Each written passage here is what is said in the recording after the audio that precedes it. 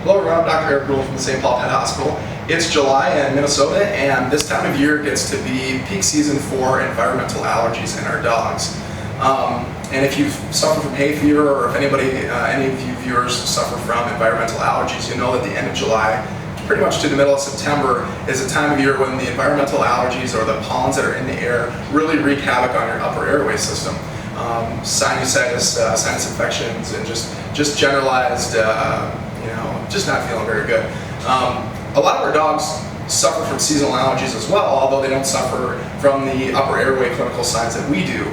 They tend to manifest a lot of their clinical signs in dermatological issues, such as ear infections, or you see these goopery, green gobbery eyes, skin pyodermas in their abdomen, anal gland infections. We see a lot of dermatologically specific cases manifesting from allergies in our dogs.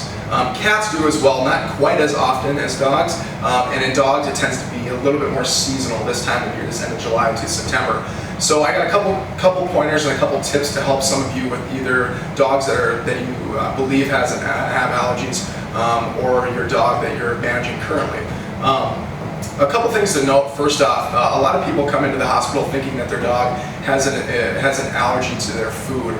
And although that can be the case in some instances, it's pretty rare. Probably less than 5% of the dogs that we see come to the hospital for true allergies have a food allergy. So it's something that we note. It's a clinical importance to us, but really from the vast population of people, it's not very common. So a lot of people get marketed foods that are hypoallergenic, or grain-free, or free-range buffalo, or whatever. That's great. That's good.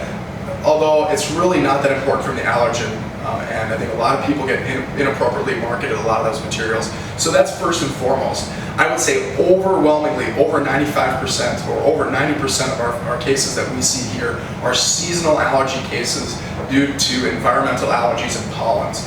So what happens when the immune system has an inappropriate response to those allergens that are on the dog's skin is it tends to make them very itchy. They start to get really pruritic, and the staph intermedius bacteria that's on their skin starts to overpopulate, and it starts to get under the skin and cause skin infections. And then we usually see them in the hospital after they've been itching for a little while, for a week, 2 weeks, and they have these bad overblown skin infections. And then most hospitals, or including St. Paul Pet Hospital, we're going to put those dogs on an immunomodulator, some type of potentially a steroid, some antibiotics, or usually a regimen of a shampoo and a conditioner to help alleviate those conditions until the allergy season is over. A couple quick tips: if you do have a dog, your own dog that has seasonal allergies, I've found that therapeutic shampooing daily works very, very well, although it might not be very pragmatic for some of you owners that have pets that don't like to hop in the tub and just jump in and just go after their bath right away.